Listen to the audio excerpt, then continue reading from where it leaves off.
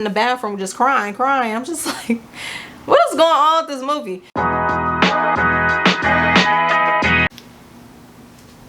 Hey, what's up guys? So I want to sit down and talk about the newest movie that was released, Don't Worry Darling, and just about all the news circling around the drama behind the scenes of the film, and actually the film itself. Was it good? Was it bad? So if you want to stick around and hear what I have to say, this is the channel to be here for. So I hope you guys tune in and keep watching.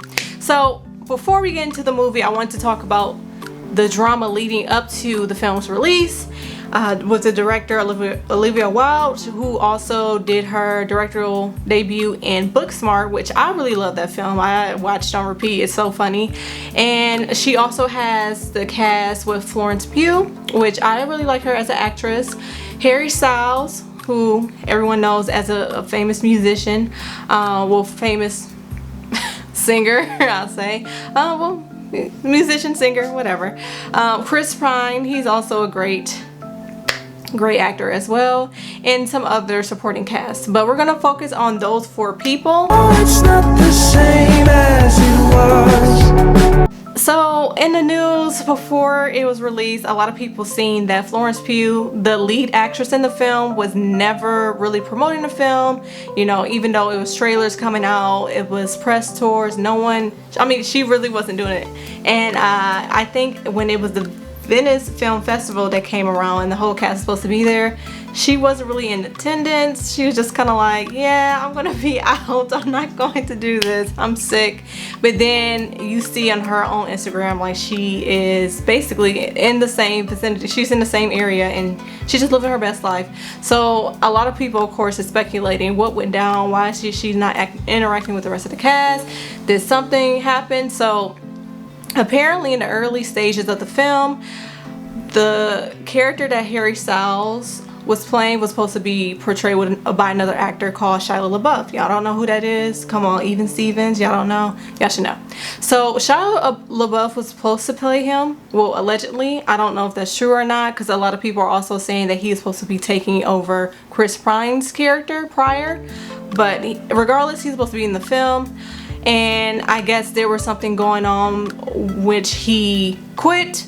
Others said that he got fired from the film, and there was even a clip circulating social media with Olivia Wilde trying to convince him to come back to the project, saying also while she was on the phone call that Mrs. Flo needs to take a chill pill, or basically something of that sort, which I felt like that was very unprofessional. Okay friends, let's talk about Shia LaBeouf and Olivia Wilde, because there is so much drama going on. So recently Olivia Wilde sat down with Variety and did a whole interview about her highly anticipated film Don't Worry Darling. She addressed a rumor that Harry Styles made significantly more than Florence Pugh, which is not true by the way, and she also addressed firing Shia LaBeouf because originally he was supposed to play Harry Styles' character Jack. So when Olivia was asked about firing Shia LaBeouf, she said that he had a very combative energy that just didn't really work with the ethos that she demands in her productions. She didn't mention this, but we also know around the same time that there were some very serious allegations made against Shia LaBeouf from his ex FKA Twigs. Well, hold on to your hats, you guys, because Shia LaBeouf was in fact not fired. He decided to walk away, and he has the receipts to prove it. He sent Variety text messages that he sent Olivia saying that he quit the film due to lack of rehearsal time. He also sent in a video of Olivia begging him to stay on the project. This is what she said. He also sent in a letter to Olivia basically saying, hey, I know you're trying to get press for this movie and that my name brings a lot of clickbait, but this is not true. I was not fired. I walked away, and I need you to correct the narrative. He's apparently had this whole awakening since becoming sober and having a child. And while I'm not personally a huge fan, I think this looks worse for Olivia, but that's just me. On this video on Problematic Fame on Instagram. I don't know where this hashtag came from, but Problematic Fame posted it. In the video, Olivia Wilde is begging Shia LaBeouf to come back to her movie. Here's the clip. Shia. I just went riding my horse, very sweaty, but I wanted to reach out because I feel like I'm not ready to give up on this yet, and I too am heartbroken, and I want to figure this out. And you know, I think this might be a bit of a wake-up call for Miss Flo, and I want to know if you're open to giving this a shot with me, with us. If she really commits, if she really puts her mind and heart into it at this point, and if you guys can make peace, and I respect your point of view, I respect hers, but if you guys can do it, what do you think? Is there hope? Is there hope? Will you let me know? Okay, bye. They also had another clip of where they believe that Harry Styles spat on Chris Pine, which, come on, y'all really think after all those years of him being a teenager in One Direction with all that media training, he was gonna really have the audacity to spit on someone in public? Yeah, I think people were reaching a bit. I think a lot of people just assuming that, oh, well, this is happening. You know, Florence Pugh seemed like she doesn't really care about the film. What else is going on? So I feel like that was a reach, and I don't even know how that rumor started. Even Harry Styles had to address it at one of his concerts. That's great to hear from him, but if I was him, I wouldn't even talk about it because it would just be ridiculous. Why would I need to know someone? I didn't spit on anyone. Come on, let's be real. Why would I spit on someone? I know I'm being recorded every time I step outside. I would not do that and tarnish my career. But anyway, there was a lot of speculation also with Olivia Wilde also choosing Harry Styles to be in the film. Now look, I get it because Harry Styles is a popular singer. A lot of females love him. A lot of women or young teenagers are in love with his music. So I get the choice for putting a singer in the film because at least when it releases in theaters, a lot of girls will go and watch it because of Harry Styles. So I get that it seemed like a smart move. However, a lot of people also speculating because they are dating in real life. So a lot of people assume, oh, well, Olivia Wilde will just basically just give her boyfriend a role, even though he's probably not even qualified for it. I mean, that is, that's probably a reason, but we don't know for sure. But again, another speculation is that people are even assuming when they were doing the press tours that they're not even together anymore. Because if you see the clips, you'll see that Harry is nowhere near Olivia Wilde. And again, it's speculation because they can probably just try to keep it professional. They don't have to be seen in public, you know, all buddy PDA. So I understand that too. But again, a lot of people are just loving the drama of the whole fiasco, which I am here for. But at the same time, what matters most is what the movie is about. So this is the portion where I'm going to tell you about the movie, so stay tuned. So I went to go see this movie over the weekend because why not, you know? I'm in the mood, why not? It's new, I'll go see it. So based on the trailer alone, I already got a feeling that it was going to be a Stepford type wives scenario, Stepford Wives scenario, and I was kind of right. So this movie begins with Florence Pugh and Harry Styles and I guess the rest of their friends and friends just drinking, having a good old jolly time. Olivia Wilde is there as well with her husband. They're all drinking and playing a game of trying to keep a glass afloat on top of their head, and they're just basically just living their best lives. And then it's just going through their routine. Florence Pugh will get up in the morning, make Harry Styles breakfast, and also kiss him goodbye on the way to work. And it's kind of eerie how all the husbands are going out at the same time in unison, all going to work for the Victory Project. Now Florence Pugh, as a housewife, she's basically making sure the house is clean, making sure that she has dinner prepared. Usually she'll go outside to maybe exercise, doing dance or ballet, and that was usually her duties. And she'll wait till her husband come home, cook him a nice dinner, and make sure that he is happy when he gets home, because he's working all day and she is keeping the house on lock. So Harry Styles' character, which is Jack in the film, I just feel like he's just there. He works, he comes home, have sex with Florence Pugh's character Alice, and gets back out there. So that was his whole role. That's how I feel like. So things doesn't get really sketchy until they have this party, I guess, for basically welcoming a new couple into the community. Now this new couple, they're kind of just the wife, I'll say, she's feeling a little out of it, and she says it's jet lag, but she's not really sure why she's feeling some type of way. She's just feeling off for some reason. But Alice assures her, like, oh no, you'll get used to it. It's probably just the climate out here. It's desert. You're gonna get used to it.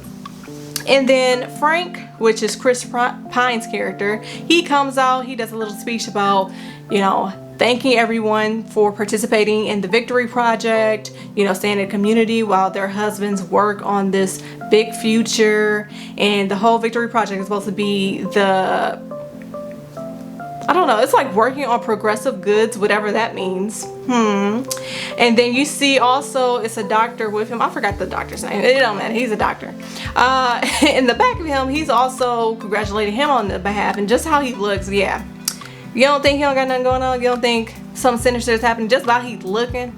Yeah, he off to something. He up to something. So then next you know, while they're having a party, another wife comes out named Margaret. She's basically saying, what are we doing here? What is the Breakthrough Project for? Like, we don't need to be here. Basically, just seemed like she just lost it. And a lot of people like, bitch, you crazy. Like, what is going on? You know, check your wife. And the husband comes out. He basically set her in the room. It's like, don't worry, she's not feeling well. She just need to have a timeout. Meanwhile, after the speech and everything is done, Florence, character Alice, she goes and finds her husband Jack because for some reason during the speech, he just upped and dipped. So she ended up walking around because that was Frank's place. They were at Frank's place, my bad. So she's walking around and she sees she sees Margaret again. She sat down and it seemed like her husband is trying to get her pills, and she's like sweating his hand like, get away, I don't want them pills. And she keeps saying to Alice like, they're lying to us, they're not telling us something. Alice like, is she okay? Like, dude, what's wrong with your wife? And the husband is basically, oh, don't worry, Alice, she's just, you know, out of it. And he closed the blinds, and she's like, okay, I'm on my business and go find my husband. So she finds her husband Jack, and he's in Frank's bedroom trying on his tie, which that's weird. But yeah, he's basically just saying like, oh, how does it? What tie did he, you know, put on or something? Florence is like, okay, we gotta go. What are we doing in here? And then of course Harry, his horny character, is just like, round two, baby, we about to do it in my boss's bedroom. So they're getting it on and feeling frisky, and then out of the corner of Alice's eye, she sees Frank just posted up like, what y'all doing? Y'all getting busy? And she's shocked to her belief, like, what are you gonna leave, or what you gonna do? You gonna say something? And he basically like, all right, y'all get to business. All right, y'all go ahead and do y'all stuff. And he leaves. So she's just like, okay, that's weird. And they still bang, which yeah, okay. Fast forward to that. Again, the wives are basically occupying their time, finding something to do, and they're out shopping. And Alice is like, you know, what are they doing at the Victory Project? Which, how long y'all been here and y'all just not asking that question? Ain't that weird for y'all not just asking? But I guess because when she seen Margaret, she's like, yeah, I wonder what's going on with Margaret. And the other wives are basically like, yeah, she's just crazy. She just snapped. I don't know. She got problems. And Alice is just like, yeah, I mean, we don't know what's going on with the Victory Project at all. So, and I'm also, mind you, throughout this whole film, she is just humming this song over and over. It kind of gets to like too far. Like, I get it, you're trying to basically foreshadow, you know, basically get somewhere with the song, but in my opinion, I felt like it was just dragging on for too long for her to constantly, almost in every scene, keep humming the same old song, right? So again, Alice, she is, another day go by and she just wants to get out the house, and she's just, you know, just on the trolley, because for some reason the wives cannot drive, so they have to take trolleys from places to from places. And she's on this trolley, and she's just, you know, sitting there, and she just want to be out the house, get fresh air. And the driver is basically saying, okay, well, that was the last stop, we're gonna loop around. And she's like, oh yeah, that's fine. While she's sitting on the trolley, she ends up seeing a plane passes by in the sky, and the plane seems like it is going down to crash. And Alice is, you know, shocked. She's like, oh my god, did you see that? Did you see it's a red plane? Like, it seemed like it crashed. We gotta do something. We gotta help those people. Like, what's going on? And the driver's like, I ain't going out there. Like, they just said not to go out there. We can't go out in the desert, so we're not gonna go out there. And she ended up getting her purse and stuff, and she's like, oh my god, like, I'm going to go save them. And she ended up getting off the trolley and going towards the plane, which is like out in the desert where they're not supposed to be going. That's where where they're supposed to be working, right? So she up there walking out, trying to get to the plane, and she's just in the desert, just hot and bothered, like, well, not hot and bothered in a good way, but you know, She is hot, she is sweating, and she's trying to get to this plane. But as she's walking, I'm also thinking, where's the smoke? If it was a plane that crashed, you wouldn't see smoke or anything. Doesn't see anything. So she's walking up on this mountain, and she eventually gets to this place where it just have all mirrors surrounding the building.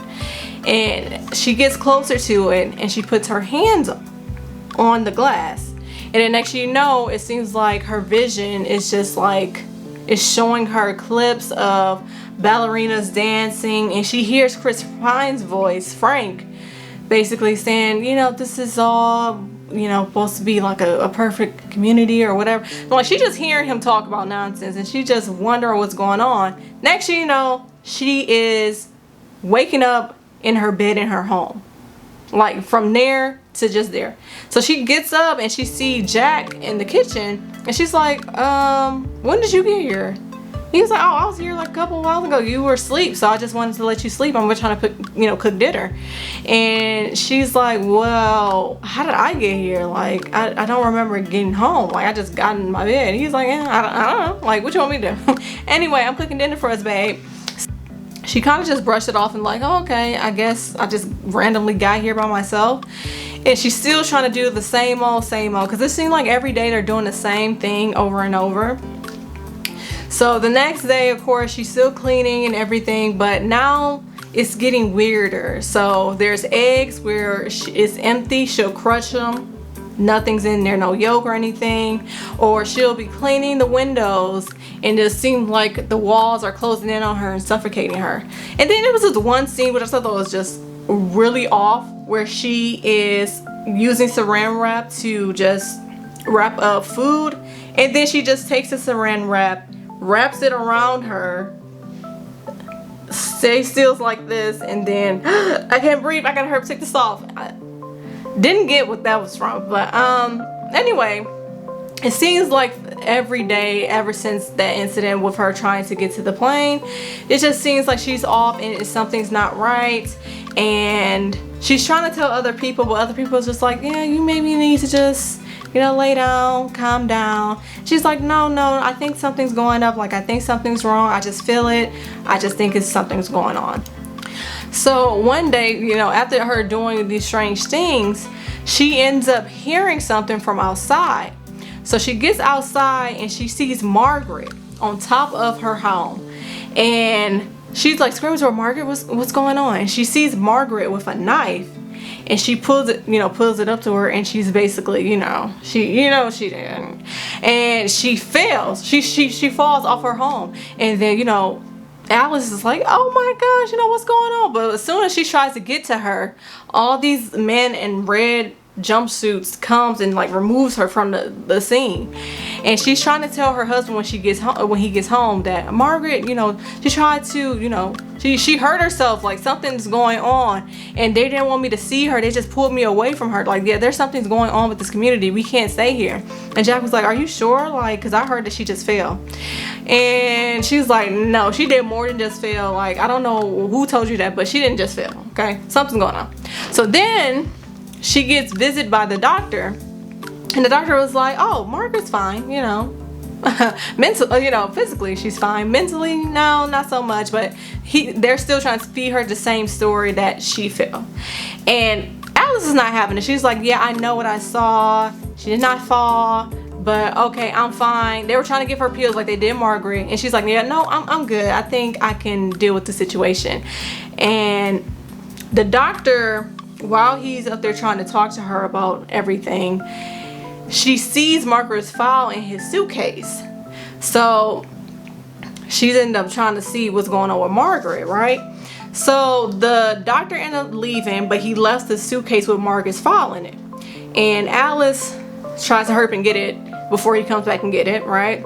He got his suitcase back and he actually left for good. And Alice looks at Margaret's case and everything is blacked out. I feel like that scene was also kind of weird too, because I'm like, why would you have a file there? For what purpose if everything is blacked out? Why was this created in the first place? So Alice ended up burning it in frustration because she's still not getting any answer about what are they doing here at the Victory Project. So Next year, you know, she is going to this event with her husband. I guess it's like a corporate event that everyone who works there has to show up for. It's like a social like slash work event, and she's already like trying to be in spirits but not really. So she goes to the event, you know, she sees her friends, and I guess for the special event they had like a dancer coming in. She's already feeling uneasy about the whole situation. And then Frank also comes up to the stage and says that, oh, I have another performance of my own.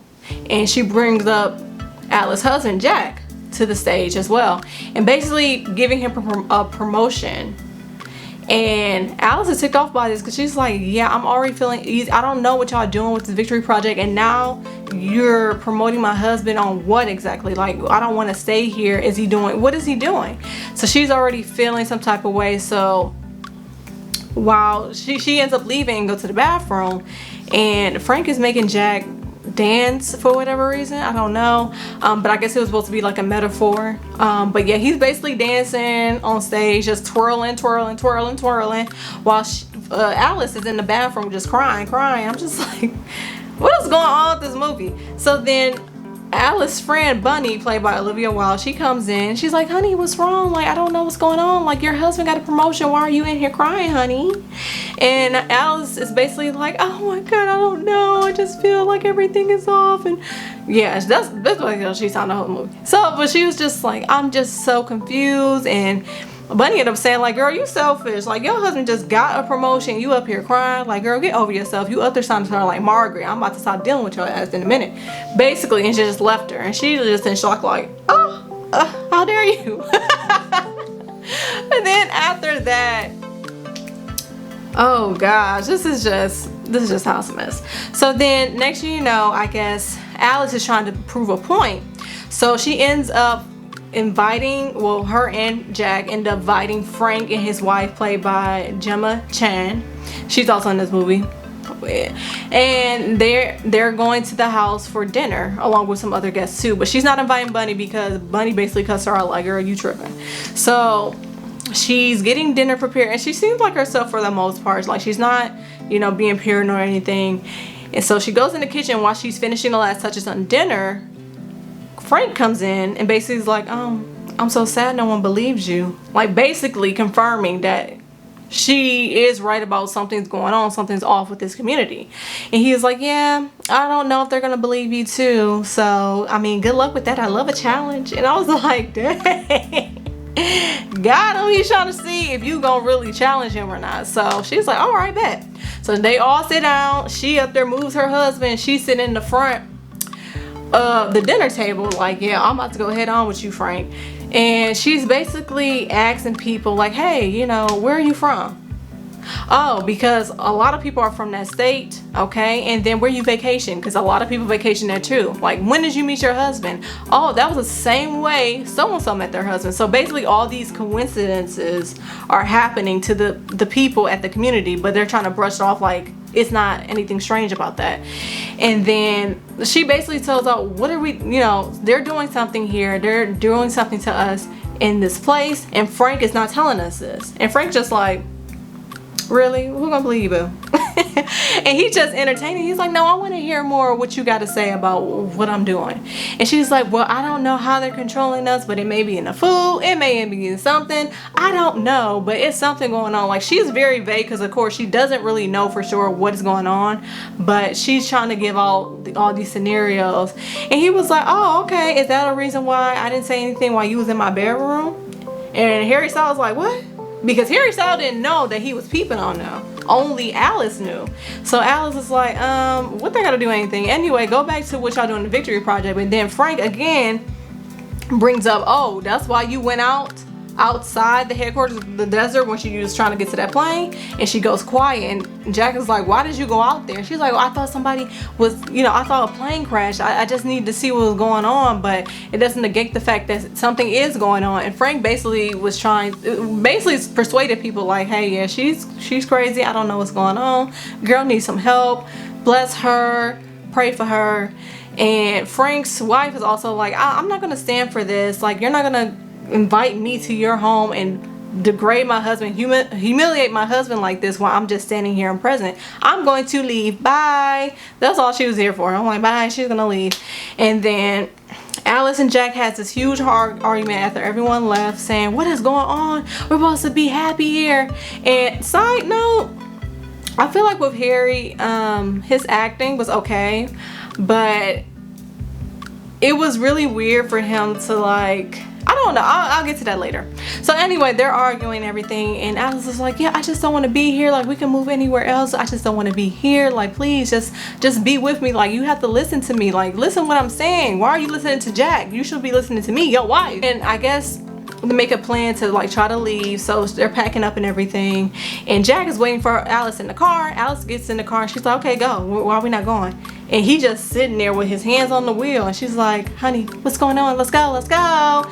And next thing you know, these men in the red jumpsuits are coming out and snatch her out the car. She's like, no, please, I can be better. No, Black, Jack, please. I said Black, Jack, please. And he's like, I'm sorry. I was low-key kind of laughing at that point, but they end up taking her and strapping her down and basically trying to, I don't know, I forgot that medical method where they electroshocked you. They electric shocked her basically to try to, like, reprogram, well, not reprogram, but basically, like, do a reset on her, right? But while she's getting electroshocked, she sees glimpses of them somewhere, like, just like talking and seeing like Jack lost his job, and she's like, no, don't worry, I'll get more shifts and everything's gonna be okay. And the next scene, while she's getting electrocuted, it shows a whole nother scene, because all of this movie from until this point it seemed like it was based back in the day, right? So the next scene, you see Alice in a hospital, and she's just got done doing surgery, and you know, it seemed like it was a long night. You see cell phones, it seems like it's the modern time. So she gets home to her apartment and she sees Harry there, and Harry, well, Jack, I'm sorry, I need to say the character Jack, he ain't looking too good, okay? He has glasses on, he has like a weird, you know, facial hair going on, and he's American in this, I guess, in reality. And she's basically saying, you know, I had a long day and everything. And and Jack is basically like, oh, why do you work so much and stuff? And she's like, you don't got no job. Like, what you want me to do? Like, I have to work for both of us. And he was like, I wish you wouldn't work. And he was basically trying to get intimate with her. She's like, look, I am tired. I'm about to go to bed. Leave me alone. I just want to go to sleep. And she closed the door on him and go to sleep. And I guess while she was coming in, he was already at a computer listening to a podcast, and you can hear Chris Pine's character Frank in the speakers. So basically he's listening to a podcast or something about a whole program, and yeah. So basically the next scene, after she gets electroshocked, you see her going back home with Jack. It seems like everything is better, you know, she seems great. You know, her friend Bunny is welcoming her back, hoping that she felt better. And she's like, yeah, I feel good. Like, thanks for asking, you know. And she's still kind of fuzzy about everyone there still, because again, they shocked her, so they like basically reset her. So she's at the home, and of course she's making dinner for her husband when he gets home. Her husband gets home and he's up there putting something on the record, but while he is putting something on the record, he is humming that same song she's been humming this whole entire movie. And in that matter of seconds, she wasn't even at home for a day. She already snapped back and realized, okay, y'all doing something to me again. Y'all doing something fishy. That electroshock did not help a bit. Like, y'all ain't do nothing with that. I still remember. So when she heard the song, she was like, what is that song from? It was you. Like, what is going on? So long story short, they are in a virtual reality where he wanted her to be there, where she didn't have to work or think about work, because in the real life she was a surgeon, you know, doing double triple shifts, always working to fit both of their needs, and he had no job. So he felt maybe incompetent as the boyfriend or whatever, because they wasn't even married, it was the boyfriend in real life. So he probably felt some type of way about not providing for her. So he ended up Frank's podcast online, and I guess end up finding out that it's an actual program where you can put in a woman of your choice, which is even scarier. It's not even like your girlfriend or significant other. You can find like a random woman if you want to choose them and put the same same technology. It's like on your eyes or something, to put them in that that virtual reality with you, and y'all can be whoever y'all want to be. So Harry's getting set up. He's like, oh, I'm 29, you know, I'm American, but in the reality, I want to be British, which I guess that justifies his British accent among all these American people. So she ended up finding out, and she's like, how could you? Like, that was my life. Like, how are you gonna tell me if I don't want to work too much or not? Like, that's my choice to make, not yours. And he was like, well, I thought I was doing this for both of us, and you see, if you're here, you're happy. She's like, I'm not happy. Like, duh, like, I've been flipping out this whole time, and you're up there trying to act like I'm happy. You've been keeping this and just lying to me about it. Why would you do that? And she was like, no, I'm sorry. And he's trying to say like he was sorry and everything. He was holding her tight. And she was like, no, Jack, like, no, I don't accept this. Like, you still, like, you really hurt me with this, which I'll be hurt too. And he wouldn't let her go, and she was struggling. She was trying to push him off, and she ended up grabbing something from the dresser or something, just like an object, and just hit him over the head with it. And guess what he did? So they end up, I guess, because it's the whole program, it's a virtual reality, they end up finding out that Jack is dead. And I guess if he dies in a virtual reality, he dies in real life.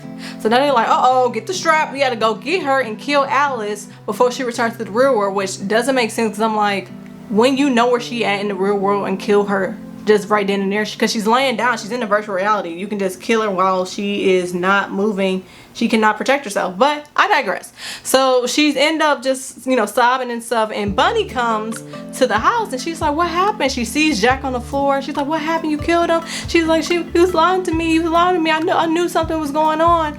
And Bunny was like, I know. And I was like, what is going on? What do you mean you knew about this whole thing? She's like, yeah, I made the choice to stay here because, you know, here my kids are alive, but, you know, in the real world they died, you know, years before. And I was just like, okay, so all this time you was acting like I was crazy, even though you knew what was going on. And she's like, do the other wives know? She's like, no, just me, like, not, you know, just me, because I made the choice. So she's slowly walking outside, even though she got blood on her dress after killing her husband. She's just walking outside all calm, even though they are coming to kill her. She's walking slowly outside, just looking around. All the other people are outside just looking at her like, Alice, what's going on? Like, you have blood on you. And the husbands are really freaking out too, because of course they're in on it. And one of the husbands is like, no, Alice, stay here, be calm, don't do anything rash. And Bunny had to basically tell her, like, bitch, go, like, run, they're coming to get you. So she ended up trying to get in the car. One of the husbands tried to, you know, stop Alice from getting in the car, but Bunny yanked her husband like she was a She-Hulk or something, like, whoosh. I thought that was so funny when she just was able to just easily push her husband out the way. So Alice is backing up and she's driving to the exit point where she was at before, all right? Because I guess that's the exit. And all these cars are coming in, and you see husbands taking out other people and using the cars, and the bots, I guess those were the red men, the men in the red jumpsuits. They're also in cars too, pursuing her, and she's all, you know, they're all going to the desert. And it seems like so cartoonish-y, because the doctor's in it too. He's like, stop her, you know, stop her. You need to stop her, you hooligans, what is going on? So they end up doing that, and they also have Frank too. But Frank, he chilling in his house he's just being like, yeah, stop her. Stop the girl. And Alice is just still driving everything, and these two cars end up getting close to her. I guess they were trying to sandwich her, which they could have did that. They could have sandwiched her and stopped her, but instead she ended up hitting her brakes, and the doctor was coming from the other way, and ended up colliding with each other and made a car crash, even though they were in the open desert.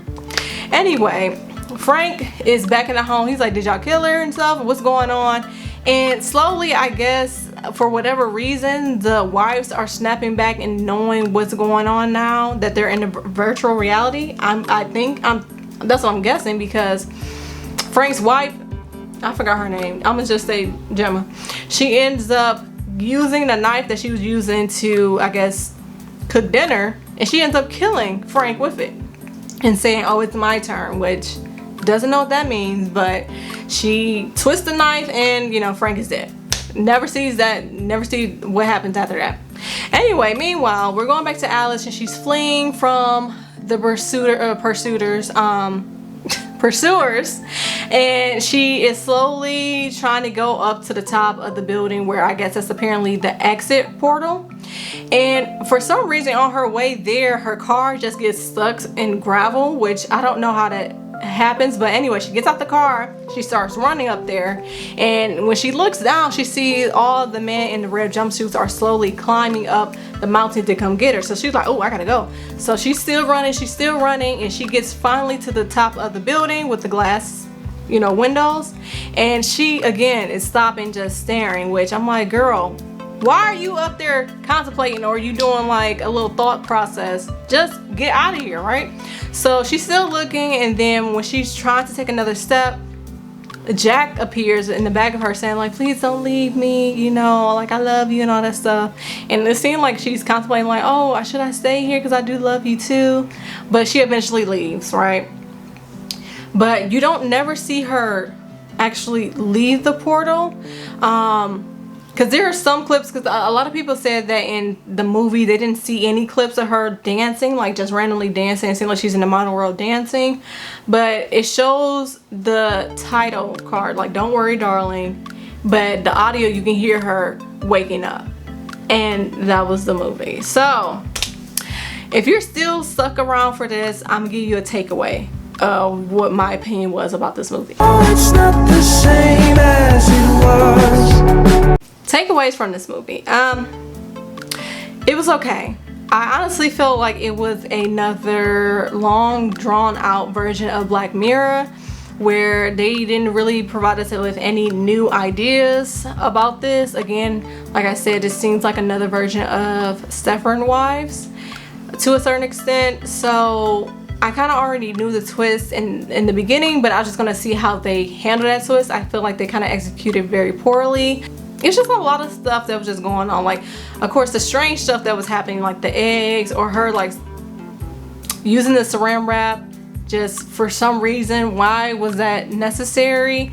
They could elaborate on Bunny some more, because she made a choice to stay there. What about the other husbands? Like, were they kind of incompetent in real life, or were they women more powerful than them? Like, what was the whole background of why they decide to put themselves and their wives in reality? Even if they are their wives, I don't even know, because like they said, you can get anyone, which I feel like that is so creepy. You can get anyone that you desire to put in there, and they can pose as your significant other. That's crazy.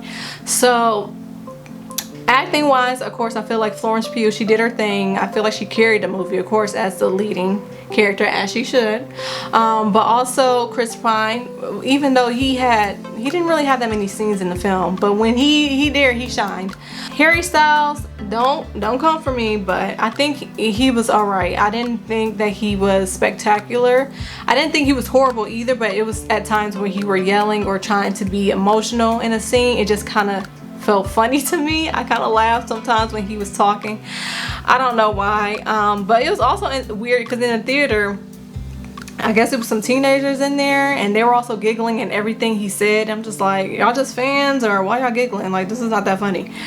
But yeah, I just didn't think it was worth going to the theaters to go see it. Honestly, you could have just waited until it hit Hulu or something, or maybe Amazon. You can rent it to watch for like $5. But it wasn't a movie where it was groundbreaking, or it showed a perspective or opinion on society itself. Like, all we know that this movie could have been called gaslighting. That's what it should have been called, because throughout the whole movie, everyone is telling the main character that she's going crazy, she's seeing things that she's not supposed to be seeing. Like, yeah, we get it, like that's not really true, like shut up, basically. That was the whole synopsis of the plot. Like, girl, we don't believe you, shut up. But overall, it wasn't really that all that hype around the controversy. I feel like, if anything, they should have made a movie about that. They should have made a movie about the behind the scenes of the film. I feel like that would have been more entertaining than this film itself. But Let me know what you thought about the film in the comments if you did see it. I hope that I provided clarity if you wanted to see it but you wasn't unsure. I mean, I wouldn't spend money on it, so I don't know if you want to take my opinion, but thank you so much if you stayed towards the end of this video. Thank you so much for watching. And if you want me to do any more like movie reviews like this, let me know, and be sure to like and subscribe. Thank you guys, and I'll see you next time. Bye.